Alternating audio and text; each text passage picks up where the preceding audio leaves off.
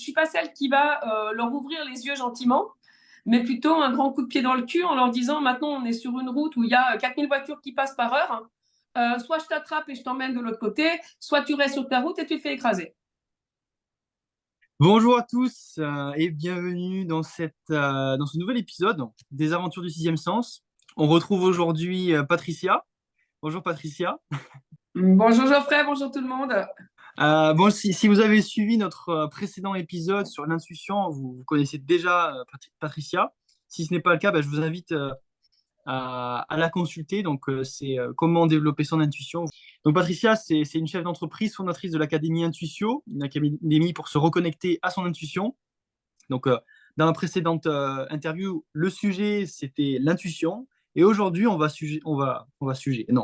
traiter d'un nouveau sujet que Patricia affectionne tout particulièrement, qui est la mission de vie. Oui, j'ai une tonne de questions à ce sujet. Je pense que vous aussi.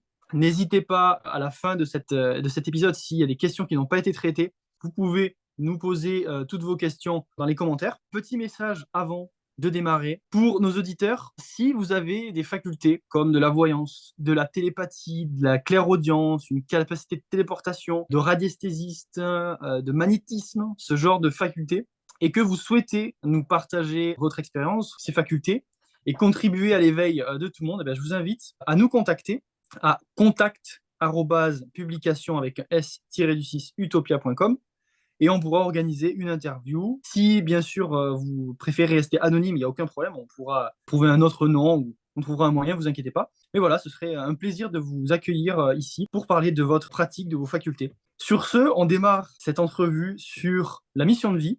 Et pour commencer, Patricia, je pense que la première question, tu t'en doutes, c'est quoi la mission de vie?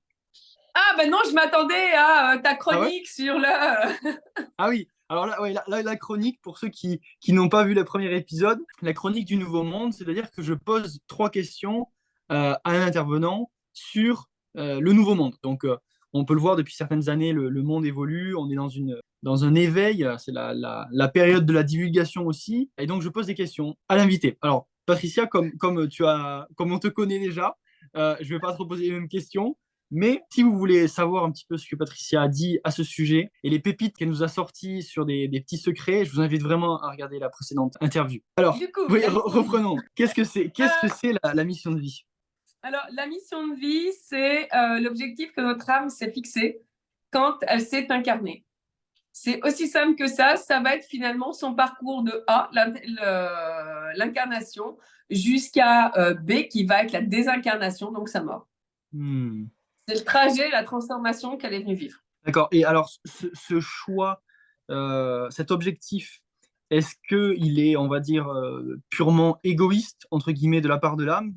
Ça va être, allez, utilisons ce corps pour faire ça, ou il y a un plan divin, un J'ai agenda envie de te divin, j'ai dire envie de oui. dire. Ouais. Il est purement égoïste et souvent, il va nous contraindre parce qu'au final, elle va nous faire vivre ce qu'elle a envie de nous faire vivre sans tenir compte de l'autre partie de nous-mêmes qui n'a pas forcément envie de vivre ça ou qui n'a pas le corps approprié pour vivre ce qu'elle a décidé de nous faire vivre. Hmm. D'accord. Parce que C'est justement, c'est une question que qui trotte dans ma tête depuis très longtemps. C'est au final, à quoi ça sert qu'on ait chacun une mission, qu'on travaille, bah, même si la vie peut être confortable, on est quand même dans une certaine labeur, on a un corps à entretenir, c'est quelque chose, la matérialité, l'incarnation est quand même assez difficile. Alors, à quoi ça nous mène, cette mission de vie? C'est pour ça que je me demandais vraiment, est-ce qu'il n'y a pas un plan, un agenda divin, on va dire? va y avoir un agenda divin, j'ai envie de te dire, enfin plutôt universel, sur le plan de l'âme, puisqu'elle a un parcours à effectuer pour atteindre l'état finalement du guide spirituel. Mais ce plan divin, il va parfois se faire au détriment de notre propre incarnation, dans le sens de notre incarnation terrestre. Est-ce que tu penses qu'une âme peut s'incarner pour réaliser une mission, mais que le corps n'y est pas adapté? Je pense que oui, c'est possible. Hmm. Et donc, Et je ça pense, pourrait. alors après, ce serait à tester, il serait bon de voir, d'aller jusqu'à j'ai envie de dire, de pouvoir détailler de manière scientifique certains corps qui se retrouvent avec des maladies ou des gens. Je pense à Paul Fontaine. Je vais penser également à la communauté transsexuelle, mais pas celle qui est sous l'effet de mode, celle qui souffre réellement. Parce qu'aujourd'hui, on tente à banaliser ça, mais il y a quand même une communauté qui souffre réellement de s'être incarnée dans la mauvaise enveloppe. Je pense qu'à ce niveau-là, oui, par moment, il y a des loupés. Je vois pas pourquoi, s'il y en a sur le plan terrestre, il n'y en aurait pas au niveau supérieur. Et je pense que ces gens-là, enfin, ces moments-là sont des loupés. Je pense à Paul Fontaine, qui est avec sa mucoviscidose, qui fait des choses extraordinaires.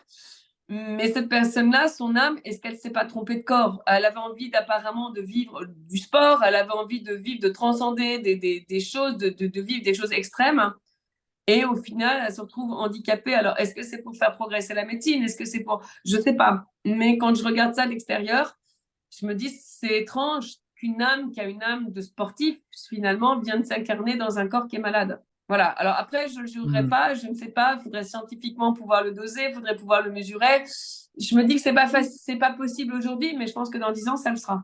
Oui, il y a une question que je me pose parce que on parle de mission de vie et j'ai envie de dire, dans notre écosystème, dans notre petit monde à nous, en France ou du moins en Europe, dans un pays développé, c'est assez facile de se dire ma mission de vie, c'est ça.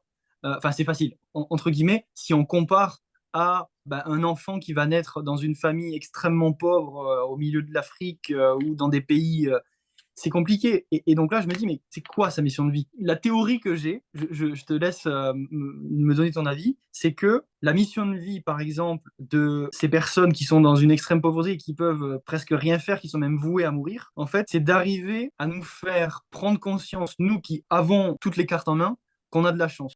Et donc, il y a une mission de vie, entre guillemets, de difficulté pour nous, pour faire comprendre aux autres qu'ils ont déjà toutes les cartes en main, qu'ils ont une chance incroyable de vivre, d'être en pleine santé. Alors, je vais te contrarier fortement. Ouais, ok, ok.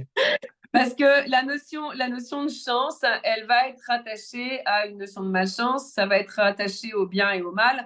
C'est une notion manichéenne qui est purement terrestre. Ça veut dire quoi concrètement? Ça veut dire que l'univers, la seule loi qui va, enfin la seule, l'une des lois, on va dire, vers laquelle il abonde, et la loi pour les âmes, c'est la loi de l'équilibre. Hmm. C'est-à-dire que quand on a déraillé dans une vie, on vient rééquilibrer en ayant une conduite exemplaire, j'ai envie de dire, dans la vie suivante. Le fait qu'on ait des divergences comme ça, alors déjà, ces divergences-là sont de niveau de vie, sont purement l'œuvre d'humains, d'un humain qui se donne bonne conscience en saupoudrant le bien de ci, de là, mais en faisant globalement le mal. Des pays pauvres en Afrique, l'Afrique ne serait pas pauvre s'ils n'avaient pas des dirigeants qui escroquent en permanence. Hein. L'Afrique a autant pour y vivre. Hein. Je vois que l'Afrique a autant de richesses. Par contre, on a des gouvernements qui sont complètement corrompus. Bon, maintenant, en Europe, c'est la même chose maintenant. Mais au final, j'ai envie de dire, quand je vois les gens ici, ils ont... Alors, la spiritualité passe par la religion qui va les enfermer d'une certaine manière dans une notion toujours manichéenne d'enfer et de paradis. Néanmoins, ces gens-là sont beaucoup plus raccordés, connectés à leur mission de vie qu'on peut l'être en Europe où on s'est complètement déconnecté de la nature, on s'est déconnecté de nous-mêmes, on s'est déconnecté de tous nos fondamentaux au final.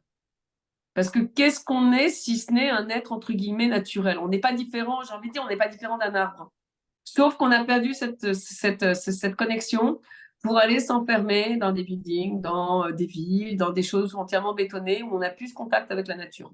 Et je pense que finalement, nous, on est beaucoup plus loin de notre mission de vie qu'en Afrique, hein, où ils ont pleinement conscience de ce qu'ils peuvent faire, comment ils peuvent le faire, ce qu'ils peuvent développer et ce qu'ils peuvent amener à leur communauté. D'accord, je comprends. Après, c'est ma vision pour avoir voyagé en Inde où j'ai vu.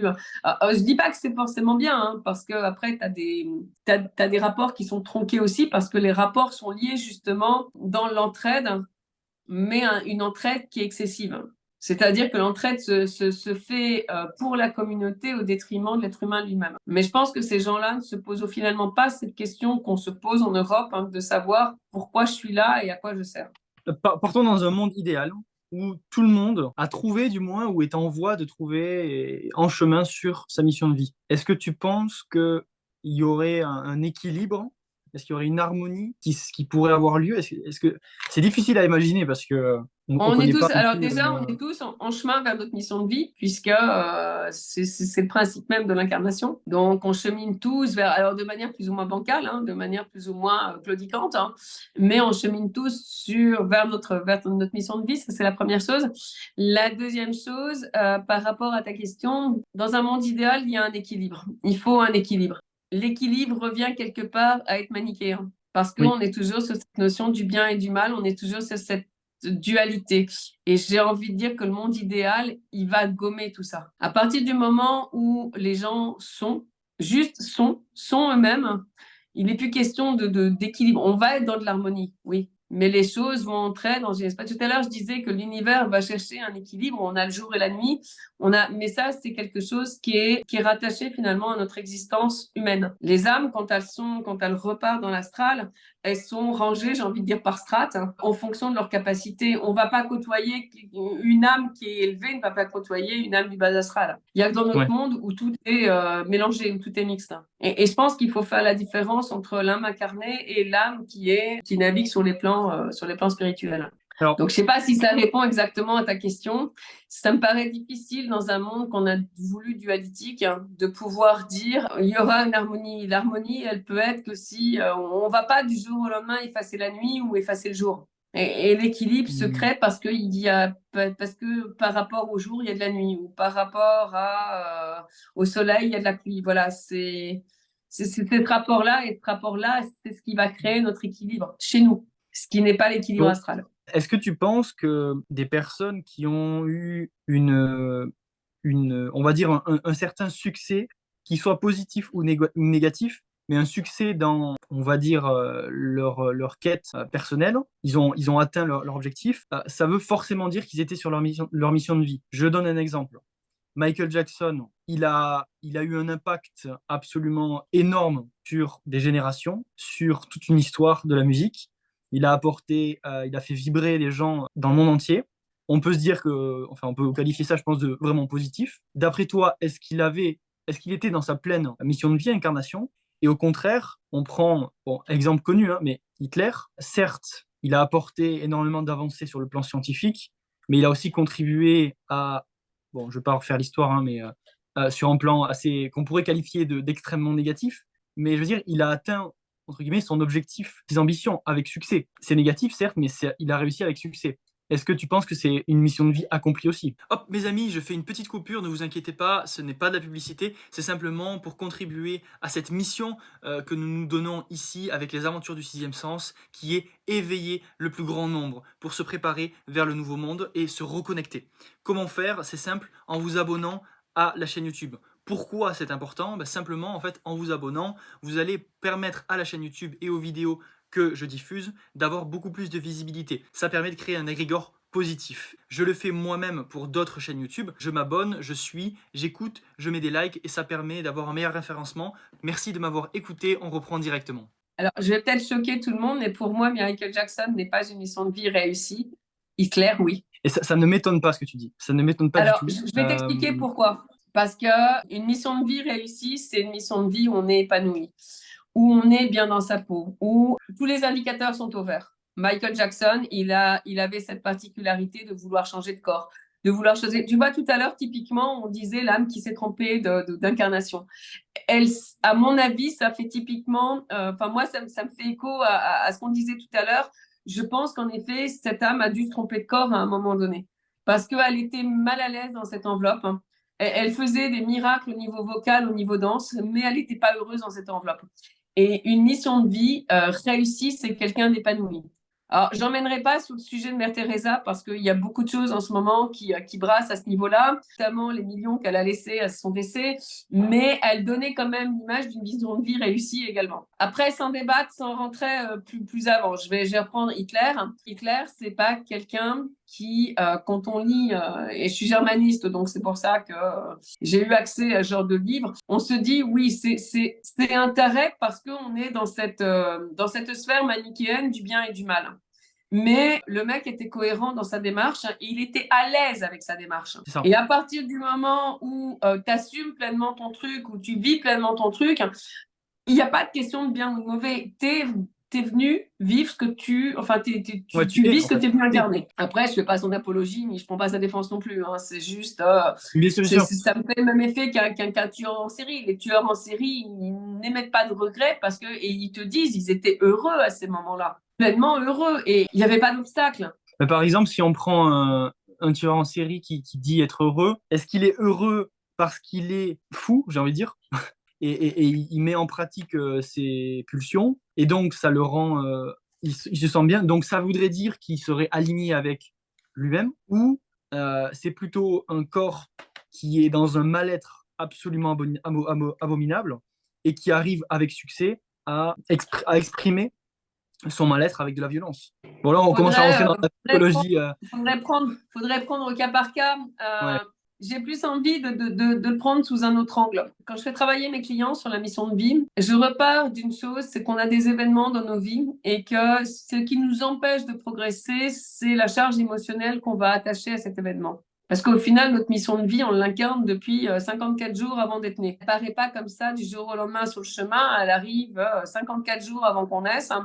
Et elle va se développer au fur et à mesure avec les événements. La seule chose qui nous empêche d'avancer, c'est les émotions. Les émotions qu'on va attacher à notre passé, les émotions qu'on va attacher à chaque spécificité de ce qu'on va pouvoir vivre. Les moments où on est bien, c'est les moments où finalement on n'a pas d'émotions qui viennent entacher, mis à part des émotions positives, on est dans la joie, on va être dans l'émerveillement, on va être dans la gratitude, mais ça, à la limite, ça coule tellement de soi que on s'en aperçoit souvent pas. C'est très rare. Les gens qui sont heureux vont pas te dire ah mais je suis heureux. Et enfin, je sais pas si tu vois ce que je veux dire, mais on va pas vivre l'émotion négative comme on va vivre en termes de ressassement, comme on va vivre l'émotion négative. L'émotion négative, elle va être là, elle va pas nous quitter, alors que quand on est bien, on va passer constamment qu'est-ce que tu es heureux, oh, qu'est-ce que tu... Mais par contre, quand on n'est pas bien, on va se dire, oh là là, j'ai honte parce que si, je me sens coupable. Et ça c'est en permanence là. Et l'idée, pour en revenir après à nos tueurs en série et puis à ce que je voulais dire par rapport à ça, l'idée de la mission de vie, c'est d'arriver à regarder les événements sous un angle différent, à savoir, OK, je prends cet événement, qu'est-ce qui m'a apporté, qu'est-ce qui m'a permis de développer comme faculté. Et à partir du moment où tu arrives à faire ça, sur chaque élément de ta vie, tu arrives à retirer l'émotion. Un tueur en série ou un psychopathe, c'est quoi? C'est quelqu'un qui n'a pas d'émotion. Donc, il n'est pas pollué pour tout ça. Il est. Il fait juste ce qui l'amuse, ce qui le fait se sentir bien. Alors certes, il n'a pas l'émotion va nous créer cette barrière du bien et du mal, mais lui, il est déconnecté de ça. Et la réflexion que je me fais très souvent, c'est je pense que tous ces gens qu'on a qualifiés de fous, que ce soit des tueurs en série, que ce soit des gens qu'on a enfermés dans des asiles parce qu'ils étaient schizophrènes, est-ce qu'au final, ces gens-là, d'un point de vue homme, ne sont pas, j'ai pas envie de dire plus évolués, parce que plus évolués, ça voudrait dire que c'est positif, mais ne sont pas finalement des âmes brutes qui se sont incarnées sans les attributs d'être humain. Et c'est ma grande question souvent, c'est est-ce que ce ne sont pas des gens qui sont arrivés ici sans avoir kit de l'être humain, ils sont arrivés avec leur kit âme, ego, et tout le reste, c'était brut de fonderie, sans être armé de ce qui finalement va créer notre humanité, c'est-à-dire le doute, hein, les émotions et ce genre de choses. Les 54 jours dont tu fais référence, c'est au moment où l'âme vient s'incarner durant C'est la le grossesse. moment où l'âme vient s'incarner dans le corps, tout à fait. Quelle est pour toi la différence, ou c'est peut-être la même chose, entre la mission de vie et la trajectoire d'âme? Alors, c'est la première fois que j'entends la trajectoire d'âme. Est-ce que c'est la même chose que le chemin de vie? Oui, oui, oui, oui. D'accord. Alors, le chemin de vie, pour moi, c'est la trajectoire. La mission, c'est l'objectif. Donc, Ouais. le chemin de vie, ça va être toutes les spécificités avec lesquelles tu es revenu pour pouvoir accomplir ta mission de vie. Et est-ce qu'une mission de vie peut être sur plusieurs vies, si elle n'est pas atteinte? Non. Non? Alors, si elle n'est pas atteinte, si, mais en général, les morts prématurées, c'est dû à une mission qui commence à barrer en sucette et où on arrête le truc. On arrête le délire prématurément.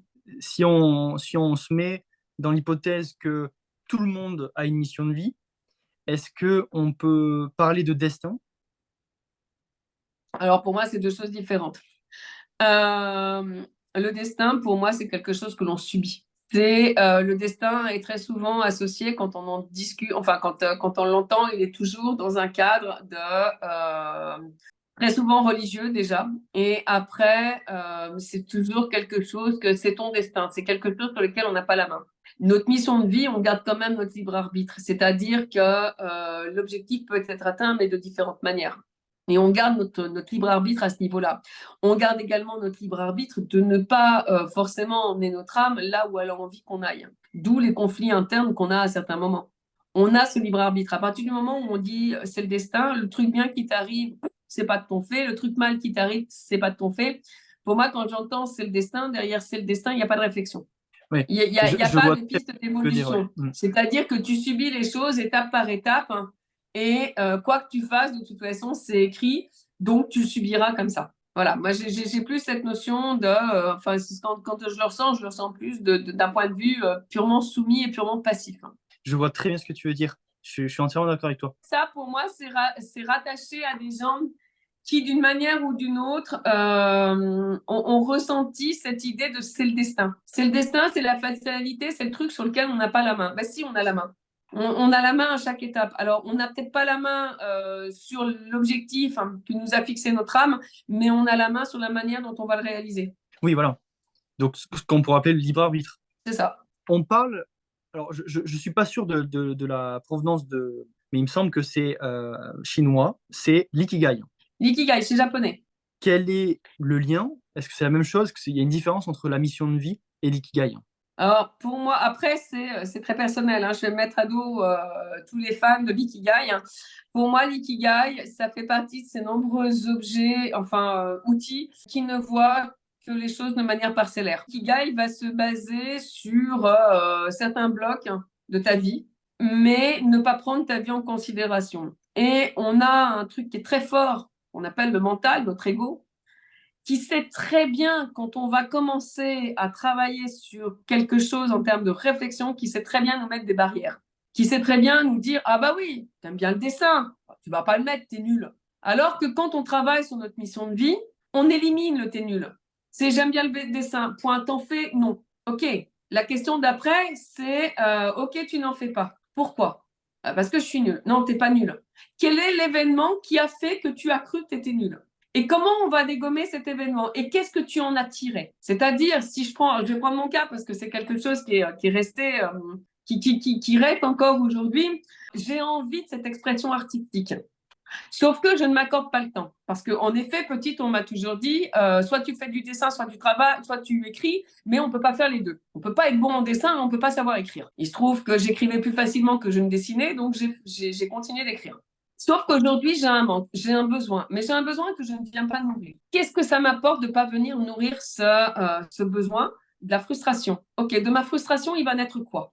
Et notre mission de vie, elle va s'articuler comme ça. Et l'ikigai va faire abstraction de tout ça. Et c'est un peu ce que je reproche à une vie, elle n'est pas parcellaire, elle se résume pas à des talents, à ce qu'on aime faire, à notre zone de génie, elle se résume pas à ça. Notre vie, c'est un ensemble d'événements qui vont nous permettre de passer d'une étape à l'autre, hein, et d'aller décortiquer tout ça. C'est un puzzle, une vie. Et l'idée, c'est d'aller justement retrouver quelles sont les pièces qui vont ensemble et quelles images vont former ces pièces. Alors, c'est un boulot colossal. J'ai actuellement une dizaine de clients qui planchent pardon, sur leur mission de vie. C'est un travail colossal. C'est un travail de 4 mois en y consacrant une demi-heure par jour pour aller rechercher. Alors, certains me disent pour aller remuer la merde. Non, on ne va pas remuer la merde. On laisse les émotions de côté, on va rechercher les événements. Parce que c'est les événements, heureux, malheureux, voulus, subis, qui vont faire cette trajectoire. Et pour moi, l'ikigai est trop partiel, ne tient pas compte de la globalité. On est un tout cohérent. On ne peut pas se dissocier et se limiter à certains bouts. On est un tout cohérent. Ce qu'on a vécu dans notre enfance, pourquoi on s'est incarné dans une famille? Moi, je me suis incarnée dans une famille avec un père qui était globalement absent, qui considérait qu'élever un enfant, c'était ramener de l'argent à la maison pour pouvoir subvenir à ses besoins. Alors, on parle des années 70, hein, il n'y a pas de critique, hein.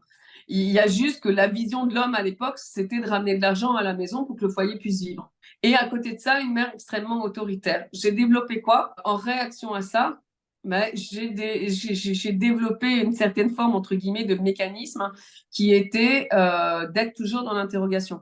Alors, Parce que, comment d'être toujours dans l'interrogation, c'est-à-dire, qu'est-ce qui fait avec c'est-à-dire tes qu'avant de parents faire que... quelque chose, petite, j'allais me demander déjà où est papa, pourquoi papa n'est pas là. Et puis l'autre truc, c'était, OK, si je fais ça, comment va réagir ma mère? Ce questionnement va m'amener quoi? Déjà, va m'amener au métier que j'ai exercé, de me questionner sur les choses. Mais ça m'a amené quoi si on va Alors, plus loin? je me permets de te couper, Patricia. Est-ce que tu peux reprendre rapidement ce que tu as fait pour que nos auditeurs comprennent Comment ça, ce que j'ai fait? dans ta carrière? Ah, dans ma carrière, alors j'ai été une partie interprète et traductrice et j'ai beaucoup travaillé sur le médical et de la spécificité dans le médical. J'étais attachée à tout ce qui était recherche et innovation. Donc tout ce qui était greffe, première mondiale et compagnie. Ça m'a amené quoi? Ça m'a amené le questionnement médical du fonctionnement interne de l'être humain. Après, je me suis orientée vers du coaching, de l'accompagnement parce que j'avais toujours ce fond de questionnement à me demander à quoi servaient les choses, quelle était l'utilité, pourquoi on vit ça. Voilà, ça m'a engendré finalement ce qu'on pouvait voir comme quelque chose de lourd. Au final, ça m'a amené à me questionner, à en faire un métier, et puis un jour à avoir la révélation que quand on me dit quelque chose, je ne le prends jamais pour argent comptant. Alors, sans faire du complotisme, quand un gouvernement me dit qu'il faut que j'agisse d'une telle et telle manière, la première réaction que je vais avoir, c'est OK, pourquoi? Et au final, ça m'a permis de grandir dans la crise qui était là. Ça m'a permis d'être éveillée, peut-être un peu plus que les autres et un peu avant les autres, ou avant certains en tous les cas. Et puis, ça m'a permis de poser les bonnes questions au bon moment. Et donc, de mettre certaines mesures, on va dire, de préservation, que ce soit pour moi ou ma famille. Voilà, et tu t'aperçois que finalement, ce que tu développes dans la petite enfance, va te servir petit à petit. Et la mission de vie, c'est ça. C'est comprendre petit à petit avec tous les événements qu'on a vécus, quel est l'objectif qu'on va rechercher à la fin. Et mon objectif, à un moment donné, m'est apparu clairement, c'est que ça me permet d'ouvrir les yeux aux gens, d'accéder à des réponses beaucoup plus facilement. J'avais l'intuition aussi sur tout ça. Donc, à un moment donné, tu es le point de bascule. Alors, je ne suis pas celle qui va leur ouvrir les yeux gentiment, mais plutôt un grand coup de pied dans le cul en leur disant maintenant on est sur une route où il y a 4000 voitures qui passent par heure. Soit je t'attrape et je t'emmène de l'autre côté, soit tu restes sur ta route et tu te fais écraser. Alors, c'est pas cool, ni pour moi, ni pour la personne, parce que ça veut dire qu'elle va se prendre des coups de pied aux fesses. C'est quand tu fais la globalité de ma vie, ma mission de vie, elle est là. C'est un espèce de point de bascule où je te fais passer d'un ancien monde à un nouveau monde. Alors justement, j'allais te poser la question, est-ce que tu pourrais nous expliquer ou nous présenter ta mission de vie et un petit peu peut-être son évolution au cours de ta vie? Peut-être qu'elle a changé ou elle s'est peaufinée, est-ce que... Elle va évoluer, mais elle évolue toujours sur la même trajectoire. C'est-à-dire que petite, j'étais celle qui arrivait au petit déjeuner et qui annonçait qu'il allait y avoir un mort ou qu'il allait y avoir ci, mais de manière totalement neutre. Je l'avais canalisé, c'était un message, je transmettais le message. Comme j'aurais été chercher la lettre chez le facteur, voilà. Donc je faisais déjà passer mes proches d'un état A à un état B de manière extrêmement violente. Alors, pas patiemment, on va dire, mes mes premières intuitions, j'avais 4-5 ans. Donc, tu n'as pas forcément conscience. Après, il y a eu des intuitions qui sont arrivées plus fines. Et là, on était. Alors, pendant un moment, j'ai eu la mission de vie très sélective. J'arrivais le matin des examens et je disais à mes camarades que j'aimais bien, pas ceux que j'aimais pas. Voilà, on va avoir tel et tel sujet. Alors, les premières fois, on m'a regardé d'un œil bizarre. La deuxième fois, on m'a dit, c'est pas possible, tu as piqué les sujets à l'administration. Et puis, un jour, les gens qui étaient là, je leur ai dit, écoutez, je vais vous montrer comment je sais quels sont les sujets qui vont tomber. Et donc, je leur ai montré comment je venais canaliser ça. Et donc, je faisais, là, pareil, passer les gens d'un point A à un point B. Et puis, avec les choses, les choses évoluant, après, je les ai amenées dans leur... alors là, pareil, de manière très anarchique et très dure parfois. Maintenant, aujourd'hui, j'en ai conscience, mais à l'époque, j'en avais pas conscience. Premier client en coaching, moi, je voyais ce qu'ils allaient être dans 6 mois, dans 1 an, dans 3 ans, sauf que je n'avais pas conscience de ce rapport au temps. Pour moi, c'était ce qui devait être, c'était ce qui devait incarner. Donc, je te mets un coup de pied aux fesses et je comprends même pas que tu vois pas la même chose que moi. Donc, avance. Ce qui a créé des tensions avec certains clients. Et quand je vois la majorité de mes clientes sont là où je leur avais dit qu'elles en seraient il y a 3 ou 4 ans en arrière. Sauf qu'à cette époque-là, je n'avais pas la notion de ce temps qui devait se passer, le temps qu'elles continuent de vivre leurs expériences. Moi, j'avais tout de suite l'achèvement. Ah bah, elles viennent me voir parce qu'il y a tel problème, la solution à tel problème, c'est ça. Ah bah voilà, elles sont là. Et là, elles sont très bien. Sauf que dans leur tête, le chemin n'était pas encore parcouru. Donc, tu vois, j'ai toujours pris les gens d'un point et puis j'ai été les portes de l'autre côté. Voilà. En Sauf fait, que c'est une espèce de téléportation, de lien, de c'est ça. raccourci, de... C'est ça. Mais il n'y a pas forcément la manière délicate de le faire. Mais pour moi, les choses. Alors, je me suis un peu calmée parce que j'ai pris conscience de ça au fil du temps. Et du coup, je me suis un peu apaisée et adoucie là-dessus. Mais les choses me paraissaient tellement évidentes. Je ne voyais pas pourquoi on perdait du temps. Et je n'avais pas compris qu'il y avait ce phénomène de maturation qui devait se mettre en place pour que les choses puissent évoluer, on va dire sereinement pour la personne qui est en face de moi. Donc voilà, donc aujourd'hui je suis beaucoup plus soft, c'est-à-dire que j'aide les gens à faire les liens, parce que moi les liens je les vois. Je vois les Ok. analogies, c'est-à-dire on va prendre la période qu'on vient de vivre et puis la Deuxième Guerre mondiale. Dès les premiers jours du confinement, j'ai dit à Laurent, on est en train de vivre un nouveau 33-45. Décidément, notre ami Moustachu est à l'honneur, mais je voyais le même schéma de positionnement entre ce qui est en train de se mettre en place en 2020 et ce qui s'était mis en place à partir de 1933 en Europe, enfin plus spécifiquement en Allemagne. Et donc, le fait de créer des analogies fait que très souvent, je vais très vite dans les choses. Mais les personnes en face de moi ont besoin de maturer. Et cette façon de faire les analogies va m'aider quand je vois une frise de vie de quelqu'un, parce que je demande à mes clients de faire une frise chronologique de leur vie, je vais tout de suite voir les liens entre les différents événements et du coup, je vais pouvoir aller les aider à détortiller ça. Maintenant, je leur dis plus où je les vois dans 10 ans et j'interviens du tout là-dessus. Et alors, quand tu dis que tu vois ça, est-ce que tu le canalises via des facultés ou c'est plus une analyse? Donc, tu demandes à la personne, voilà, présente-moi un petit peu les événements marquants de ta vie et puis par rapport à ça, une intuition sur ce qui va arriver. Non, j'avais. Alors à l'époque, je travaillais sur un gros questionnaire d'une centaine de questions qui me permettait, quand je le lisais, de voir exactement quelles étaient les forces, quelles étaient les faiblesses des gens et quelles étaient les failles. Et de ces failles, le bénéfice finalement qui en émergeait. Et du coup, je voyais tout de suite pourquoi ils étaient faits. Donc, il y avait un mélange il y a un mélange de canalisation et il y a un mélange alors, j'ai pas envie de dire d'analyse parce que j'analysais pas les choses, je lisais juste les réponses au questionnaire. Et à la fin du questionnaire, j'arrivais en me disant, mais pourquoi elle est comptable alors qu'elle serait super bonne en négociation immobilière? Voilà. Et ça me paraissait tellement évident que je voyais même pas pourquoi elle s'enquiquinait à être comptable. Alors, du coup, parce qu'il faut savoir, pour nos auditeurs, il y a 4 ans, 3 ans et demi, 4 ans, Patricia m'a accompagné en coaching avec Michael qui n'est pas là, mais ils m'ont accompagné tous les deux. Alors du coup, je suis curieux, est-ce que tu avais canalisé ou du moins est-ce que tu avais analysé certaines choses à mon sujet? Alors, moi, le truc que je me suis toujours dit et que Michael m'a toujours interdit de te dire, c'est il a une tête à faire de la radio, il a une tête à faire des émissions, Ok. et à faire de la publication, à faire ce genre de choses. C'est pour ça que quand tu m'as dit que tu t'orientais là-dessus, je vais ah, ça y est.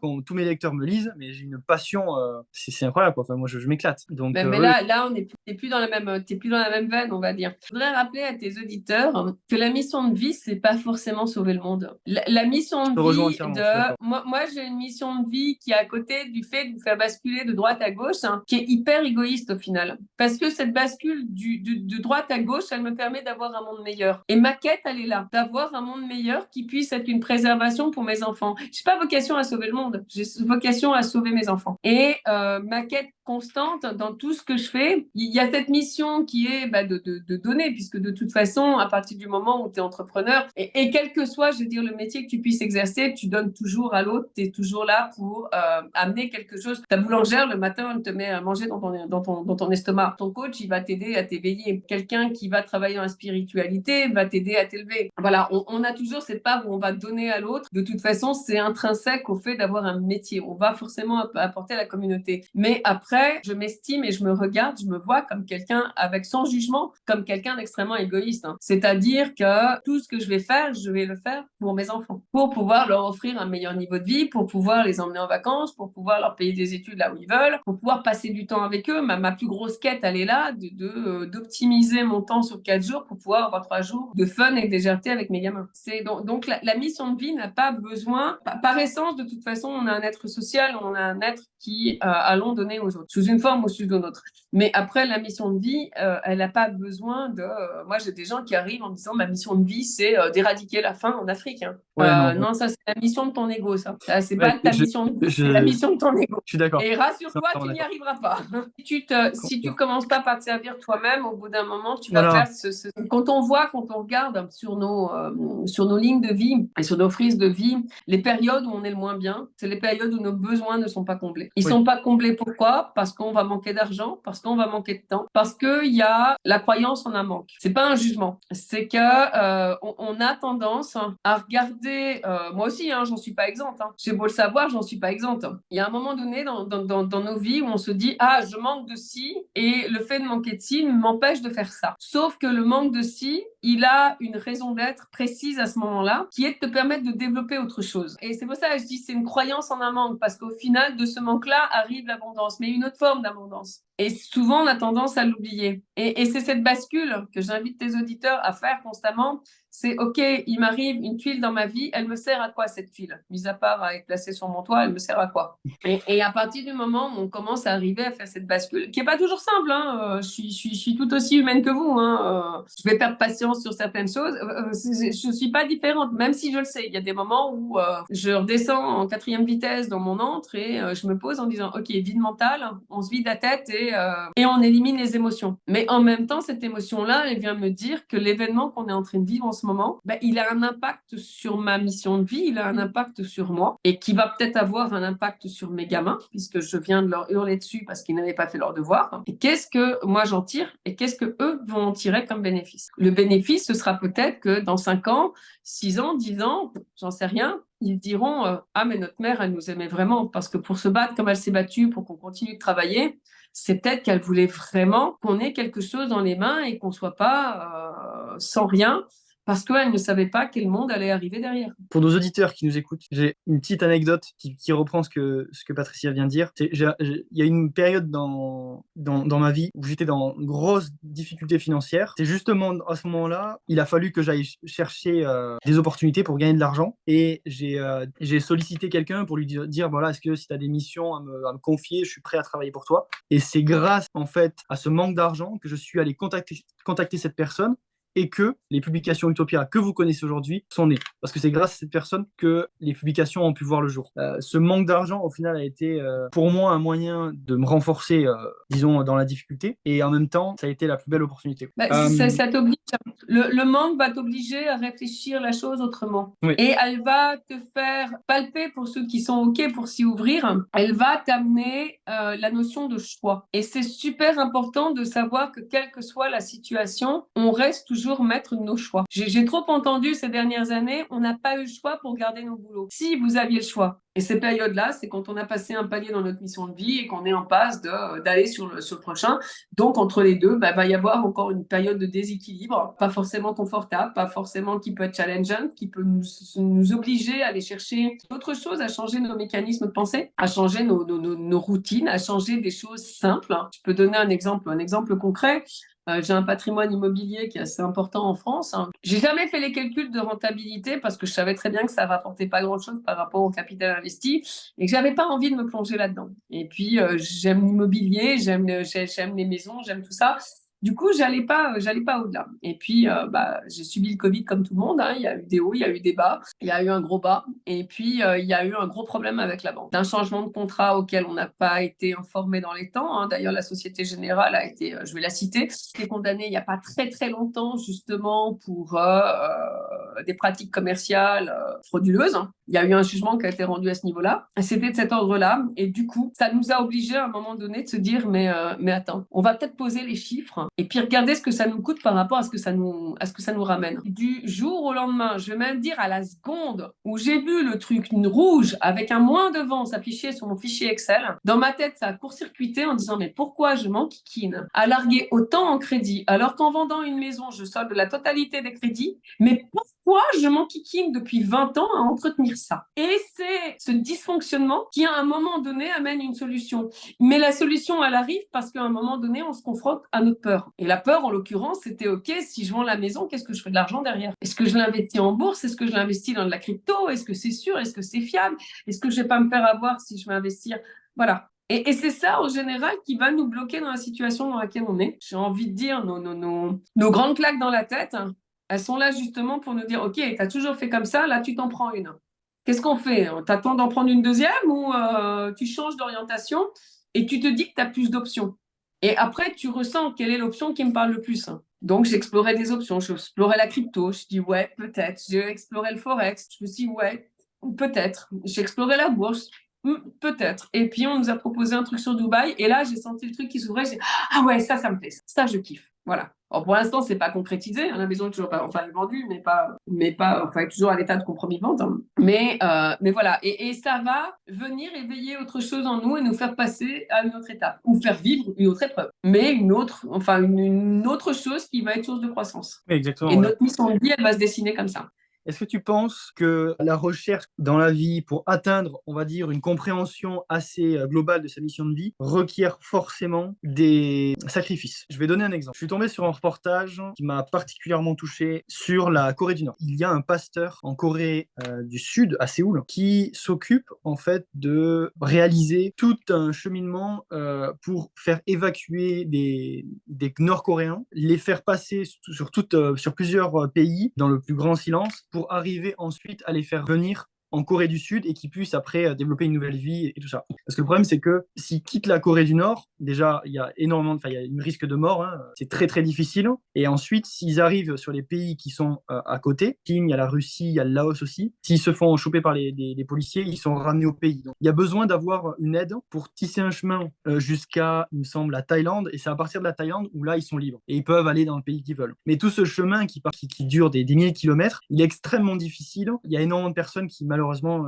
n'arrivent pas à aller jusqu'au bout. Et il y a un pasteur qui peut se causer quand même pas mal de problèmes. Il a des problèmes avec certains gouvernements, tout ça, parce qu'ils savent ce qu'il fait. Mais voilà, il se bat depuis des années. Et je crois qu'en 20 ans, il a réussi à faire sortir plus d'un millier de personnes, un millier de Nord-Coréens. C'est un travail qui est absolument incroyable. Il le fait à ses dépens. Enfin, je veux dire, c'est un travail H24, 7 jours sur 7, pour sauver ses vies. Et donc, pour moi, ça, je trouve ça magnifique. Pour moi, c'est une mission de vie. C'est quelque chose qui l'anime, qui fait ça gratuitement. Et c'est un travail pour les autres. Et il disait, au moment où j'ai démarré cette aventure, j'ai perdu mon fils. Son enfant, qui était, je crois, jeune adolescent, il l'a perdu. Et pour lui, dans sa vision des choses, c'est, entre guillemets, œil pour œil, dent pour dent, quoi. Tu sauves 1000 Nord-Coréens, je te pique ton fils, quoi. Et c'est pour ça qu'il y a une question que je me demande, c'est est-ce que pour aller dans cette grande aventure sur des années pour sauver des milliers de Coréens, il n'y a pas un sacrifice à faire qui pourrait être, par exemple, malheureusement, la vie de son fils?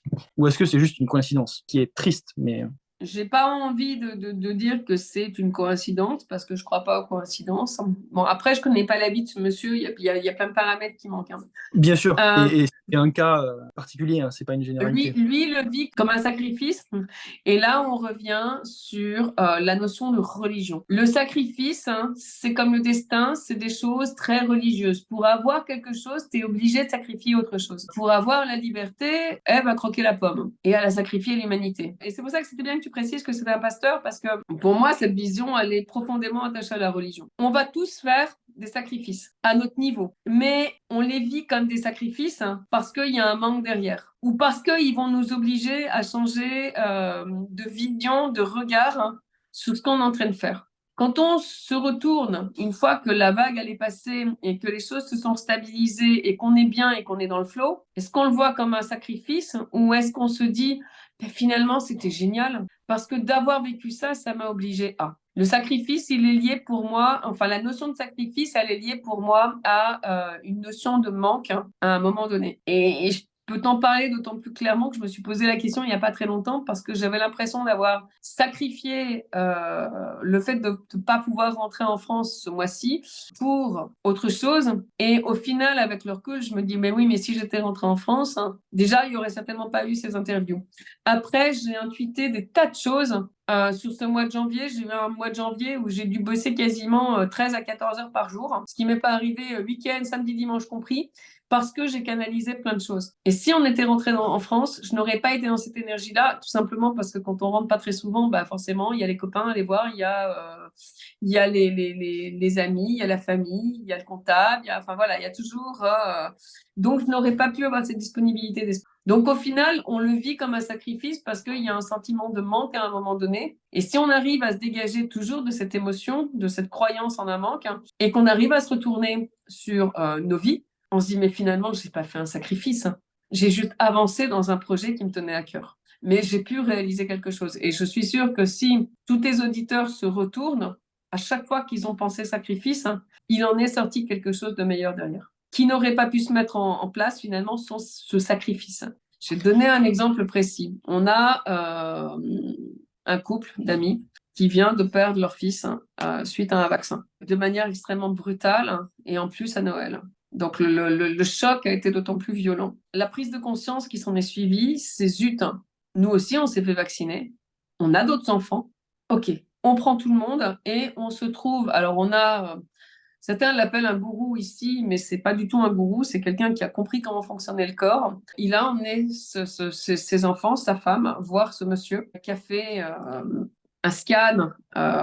Alors les gens vont peut-être trouver ça un peu fou, mais ce qu'on pourrait appeler un scan intuitif. Hein. Et il a détecté un bout de ci, un bout de ça, un bout de cancer, un bout de truc qui allait se développer. Ce qui ont fait qu'après, ils sont allés faire des examens médicaux pour faire vérifier les choses. Et les choses étaient vraies. Donc cet enfant, il a amené quoi? Il a amené le départ de cet enfant a amené une prise de conscience beaucoup plus globale. Voilà. C'est alors on peut le voir comme un sacrifice hein, parce que enfin j'imagine même pas dans quel état je serais si je perdais l'un de mes enfants. Bien sûr. Mais de l'autre côté, il y a une prise de conscience qui va faire qu'on a peut-être la chance que c'est les enfants qui restent vont avoir des parents et que les parents qui restent vont garder leurs enfants. Et qu'on va rétablir l'ordre des choses, c'est-à-dire qu'il est plus normal que les parents partent avant les enfants. Voilà. Est-ce que c'est un sacrifice? Au sens religieux, peut-être. Hein, au sens karmique, j'ai envie de dire, cet enfant, il est venu remplir sa mission de vie, qui était très certainement de réveiller à un moment donné ses parents pour sauver ses frères et sœurs. Et il est reparti. Son âme est repartie quand elle avait rempli ça. Voilà. Et le fait de voir, de se dire, OK, j'ai peut-être perdu quelque chose. On est toujours sur la même notion, quelle émotion je mets derrière. Alors, on est d'accord que le cas d'un décès et en plus d'un enfant, c'est un cas particulier parce que on met forcément des émotions. Ça peut pas être autrement. Mais je trouve que c'est un bon exemple parce qu'à partir du moment où on peut prendre le recul parce qu'on est extérieur et que finalement, pour moi, c'est facile de regarder ça avec recul, on a toujours la possibilité de se dire, OK, on a une autre choix, on a une autre façon de faire. Et ce qui paraît au démarrage comme un sacrifice, au final, alors je ne vais pas employer le mot chance parce que ce serait odieux, mais peut-être une sorte d'opportunité, précisément en ce cas-là. Voilà. J'invite vraiment les gens, à partir du moment où il y a une émotion négative, à se dire, OK, si j'ai un truc négatif, c'est forcément qu'il y a un truc positif qui est derrière et c'est ce truc positif qu'il faut que j'aille chercher. C'est pas du positivisme, c'est pas de la pensée positive, c'est juste de l'analyse en se disant, OK, ce truc qui s'est fermé, il m'a permis quoi? Quand les choses doivent s'orchestrer, elles s'orchestrent dans une fluidité qui est magique. Hein. Et c'est ça qui est intéressant, c'est toujours de se dire, OK, il m'arrive un événement, il m'arrive un truc de grave. Une fois que l'émotion passe sur le coup, hein, je ne suis pas capable, moi, d'analyser une tuile qui m'arrive dans les 2 heures où il faut que je la digère. Mais une fois qu'elle est digérée, c'est de se dire, OK, elle ouvre quoi comme porte? Elle vient de me fermer une grande porte violemment dans la tête, mais qu'est-ce qu'elle m'ouvre comme porte? Et de là, on a tout un panel qui va se dessiner. Et on va s'apercevoir que finalement, cette porte qui s'est fermée, elle a amené plein de trucs. Et notre mission de vie, elle est là. C'est juste la compréhension de notre enchaînement, de ces événements et de là où ils nous amènent quand on accepte de suivre la piste de croissance qui nous amène. Patricia, pour clôturer cette interview, est-ce que tu pourrais reprendre, bon, on l'a bien compris, mais reprendre, voilà, on va dire en 2, 3 étapes, comment une personne pourrait, en analysant sa vie actuelle et ses expériences passées, définir sa mission de vie. En 3 étapes. J'ai fait 20 heures de vidéo là-dessus. J'ai pas Ouais, fini. c'est pour ça. Comme il y Non, a des mois de travail, après, voilà, en la, condensé. la première étape, c'est de reprendre sa frise de vie depuis oui, sa frise, vraiment de faire une frise chronologique, hein, et de se poser la question de tout ce qu'on a pu vivre, de tout ce que vous avez pu vivre depuis le début de votre vie, à commencer, je veux dire, par bébé. Est-ce que j'ai eu des problèmes de santé? Qu'est-ce que m'ont ouvert comme porte ces problèmes de santé? Qu'est-ce qui m'ont amené dans ma vie? Qu'est-ce qui m'ont permis? Et voilà, d'aller tout décortiquer de la sorte. Alors après, il y a des choses beaucoup plus complexes, il y a des mécanismes, hein. C'est pas aussi simple que ça, on va dire, qui vont se mettre en place, hein. Mais la première chose, c'est déjà de se demander quelle a été la prochaine étape à chaque événement désagréable qu'on a pu vivre, et d'aller retirer cette émotion et d'aller voir les opportunités qu'il a permis, ou qu'il aurait pu permettre si on ne s'était pas enterré dans l'émotion. Quelle porte il aurait pu ouvrir si on ne s'était pas enterré. Et la vie a ça de bien, c'est que quand on s'est enterré dans une émotion, on le revit. On revit l'événement, souvent en pire d'ailleurs, jusqu'à temps qu'on arrive à percevoir la leçon de vie qui est derrière. J'ai dit des femmes ou des hommes d'ailleurs, peu importe, qui tombent sur un homme marié. Et puis qui ne comprennent pas la symbolique derrière dans leur vie ou le sens, hein, et qui vont retomber sur un deuxième homme marié. Et puis un troisième, jusqu'à temps qu'il y ait une prise de conscience qui se fasse.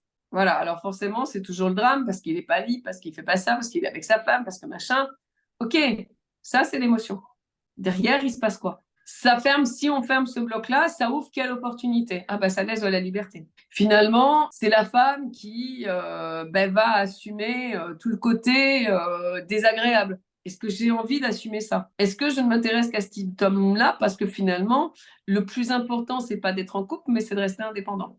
Voilà, c'est toute cette analyse-là et cette bascule à faire qui nous amène vers de l'honnêteté vis-à-vis de nous, une grande part d'honnêteté vis-à-vis de nous. Se dire, OK, ouais, je vais taper dans les hommes mariés parce que j'ai pas envie d'avoir quelqu'un à demeure à la maison. Donc, ça m'ouvre cette opportunité-là. Et le jour où je serai prête, j'irai vers quelqu'un d'autre. Mais du coup, j'arrête de m'auto-flageller et puis j'arrête de m'effondrer à chaque fois que je rencontre quelqu'un parce que c'est un homme marié. Non, au final, c'est plus ou moins ce que je recherche. Inconsciemment et sans jugement. Mais c'est ce que je recherche parce que j'ai envie d'être tranquille. Donc voilà, allez poser cet esprit critique sur vos événements de manière complètement neutre, et vous allez voir que vous allez sortir des mines d'or et que ça va vous permettre de commencer à avoir une trame de mission de vie.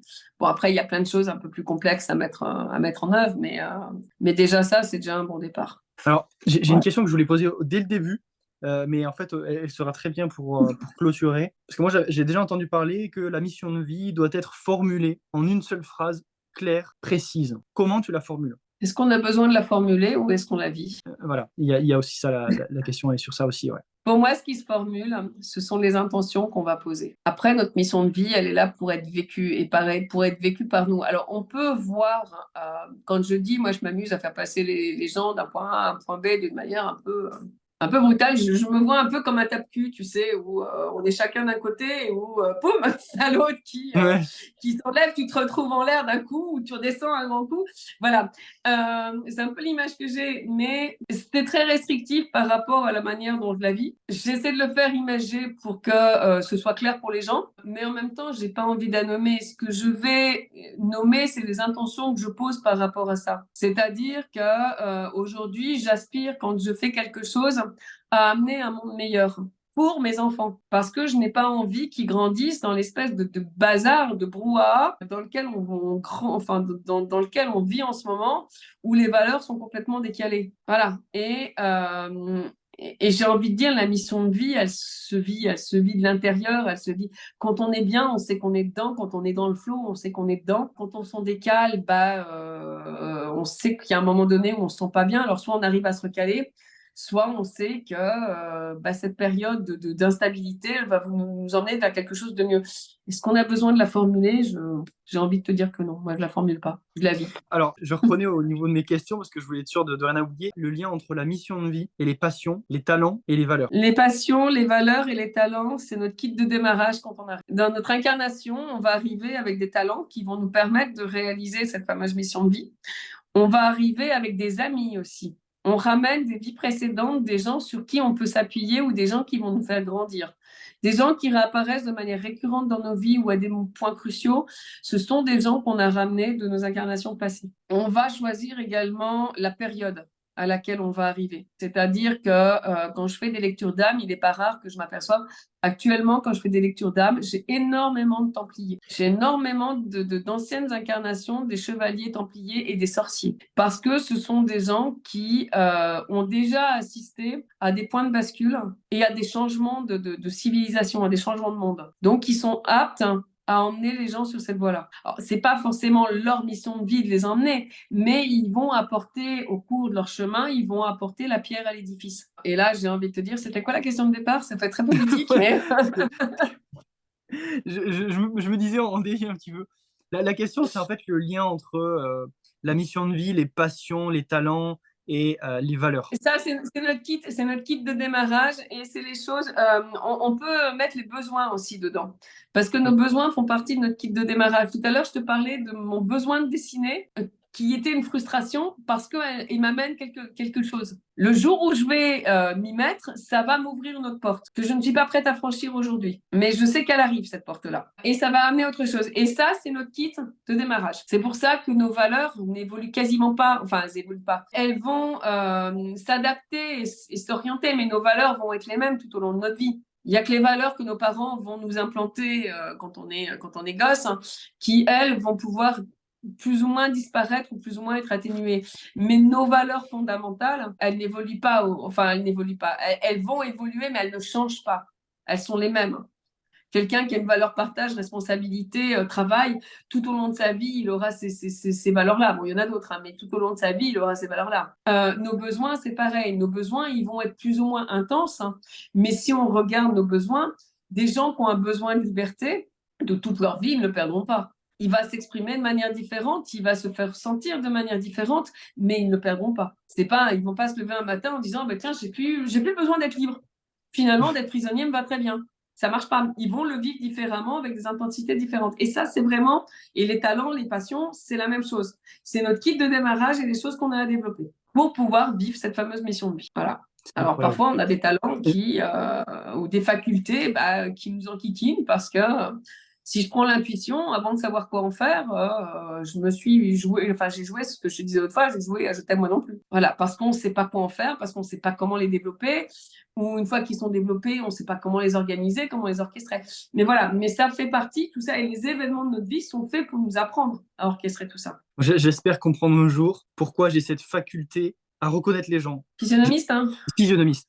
Je suis tellement physionomiste. Exemple tout bête qui m'est arrivé pas plus tard que la semaine dernière. Je vais à Paris, je m'arrête avec ma copine acheter un sandwich. De mémoire, je me souviens même pas être venu dans ce restaurant. Mais au moment même, à l'instant même où je vois le serveur, je me dis, mais purée, je vous reconnais. Il y a 6 ans, on s'est croisés dans ce restaurant. Il était totalement différent, votre restaurant. Vous avez tout refait, mais je me souviens très bien de vous. Et là, il était, eh ben oui, vous avez raison. Comment c'est possible que je me souvienne de son visage 6-7 ans après et à quoi ça me sert, quoi? Je le comprendrai un jour. Souviens-toi de ce que je t'avais dit un jour. Tu as une capacité, un portefeuille et une aptitude à mettre les gens en relation. Ça, ma mission de vie, je l'ai peut-être pas 100%, ce serait égo de dire que j'ai tout trouvé. J'ai bien compris que je suis un connecteur. Je connecte les choses entre elles, je connecte les gens entre eux, je connecte les systèmes entre eux. Et c'est pour ça que ce type d'émission, pour toi, c'est génial, parce que tu es le connecteur. Oui, et c'est exactement ce que j'allais dire en fait. Nos auditeurs, vous avez une preuve ici. Je connecte mes lecteurs qui sont intéressés par des sujets à des intervenants et intervenantes comme Patricia aujourd'hui via nos technologies d'aujourd'hui, la vidéo ou les lettres. Je connecte beaucoup de choses entre elles. Et ça, ce n'est que la partie visible de l'iceberg, parce qu'il y a aussi beaucoup de choses que vous ne voyez pas derrière. Mais ouais, j'ai cette capacité à connecter les choses entre elles. La capacité à reconnaître les visages me permet aussi de mémoriser toutes les personnes que je connais, toutes les choses que je connais, pour pouvoir mieux les connecter quand j'en ai besoin. Il y a de fortes chances que ce soit ça. De toute façon, tout ce que tu vas développer, c'est en lien avec... Enfin, tout ce que tu développes, c'est même pas ce que tu développes, ce qui est facile. Ce que tu fais de manière naturelle, ça fait partie des choses qui sont souvent des piliers de notre mission de vie. C'est souvent ce qui va pouvoir enclencher, armer, aider dans le développement et dans le déploiement de la mission. Donc voilà, c'est vraiment notre kit de démarrage. C'est le fameux kit de démarrage. Mes amis, il y a eu quelques petits soucis au niveau du son, alors j'ai préféré retourner cette séquence. Ne vous inquiétez pas, c'était simplement pour vous dire un dernier message. Déjà, pour vous remercier sincèrement de votre écoute. J'espère que cela vous a plu. N'hésitez pas dans les commentaires à nous partager vos questions, vos ressentis, ce que vous avez préféré ou au contraire ce que vous n'avez pas aimé. J'en ai vraiment très ouvert. Et n'oubliez pas, mes amis, comme je vous l'ai déjà dit, nous sommes dans une démarche d'éveiller un maximum de personnes, créer cet égrégore positif vers le nouveau monde. Et la première façon qu'on peut faire à notre échelle, c'est de s'abonner à ce genre de chaîne YouTube pour qu'elle soit beaucoup plus visible des autres personnes qui n'ont pas encore découvert cette chaîne YouTube. Je le fais moi-même personnellement pour d'autres chaînes YouTube. Je vous invite vraiment à le faire et en commençant par celle-ci. Merci beaucoup. Également, si vous voulez avoir davantage de proximité avec Patricia, vous pouvez réserver un appel avec elle sur son site internet ou prendre une formation sur la lecture d'âme, la mission de vie ou l'éveil de l'intuition directement sur son site internet. Vous avez dans la description un petit lien qui redirige directement vers ces plateformes. Vous pourrez alors la contacter sans problème. Également, n'hésitez surtout pas à vous abonner aux Aventures du Sixième Sens, la newsletter gratuite dans laquelle je révèle énormément de secrets sur le monde de l'énergie, de l'ésotérisme, de la spiritualité et aussi et surtout, qui est mon axe principal, les facultés extrasensorielles. Les dons, les facultés subtiles, toutes nos capacités extrasensorielles que nous sommes naturellement dotés. Je vous transmets énormément de connaissances à ce niveau-là pour pouvoir se reconnecter à ces facultés, à Mère Nature, à la source. Je vous remercie encore une fois pour votre visionnage et vous dis à très vite.